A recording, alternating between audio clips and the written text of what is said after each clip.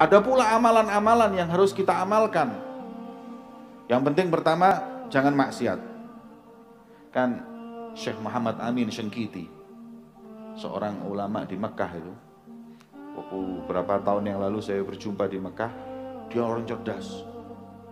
Itu yang namanya kitab itu nggak ada yang beliau itu kalau ngajar pakai kitab, nggak ada. Semuanya hafal. Semua hafal. Mulai dari Al-Qur'annya, kemudian mulai dari nadom-nadomnya, hadis itu ribuan. Ya, dulu pernah saya belajar sama beliau ketika di Tarim. Terus kemarin berjumpa di Mekah. Kata Syekh Muhammad Amin Syengkiti, beliau berkata ketika ditanya, wahai Syekh, akal, otak manusia itu bisa menghafalkan berapa kitab?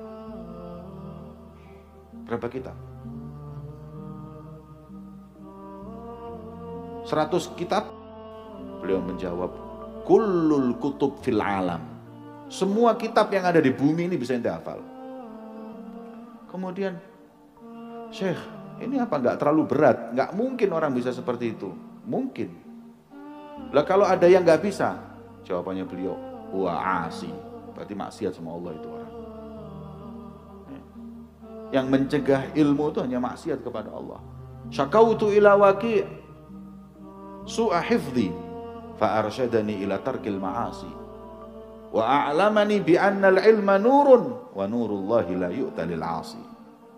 Sebagaimana Imam Syafi'i mengeluh, Imam Syafi'i ini pernah mengeluh hafalannya kurang.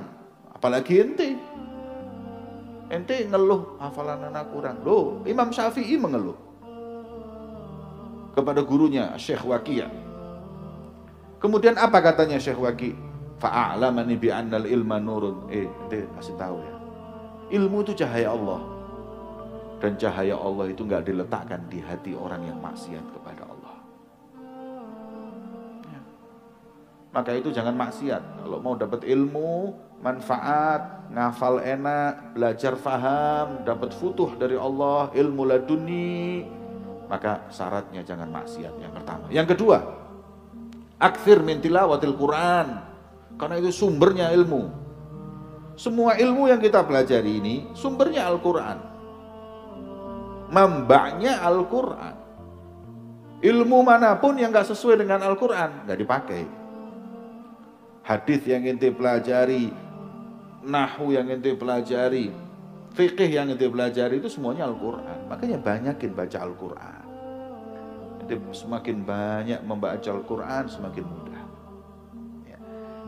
Berapa saat yang lalu saya ketemu sama rektor universitas yang dia memberikan gratis beasiswa bagi siapapun yang hafal Al-Quran untuk masuk ke universitasnya, universitas negeri, asal syaratnya pinter ataupun hafal Al-Quran. Kemudian saya tanya, lu kenapa kok syaratnya harus hafal Al-Quran? Apa kelebihannya? Nah, ya. Kelebihannya, otak yang sudah memasukkan 30 juz Al-Quran itu terupgrade, semua ilmu jadi mudah. Dan itu saya buktikan, semua pelajar teladan yang ada di universitas ini, yang ranking 1 semua yang hafid Al-Quran. Kadang orang berpikir ini otak kalau udah kemasukan Al-Quran penuh sudah, memorinya sudah full, mau masuk yang lain gak bisa. Salah. Otak kalau udah kemasukan Al-Quran, yang lain semua ilmu jadi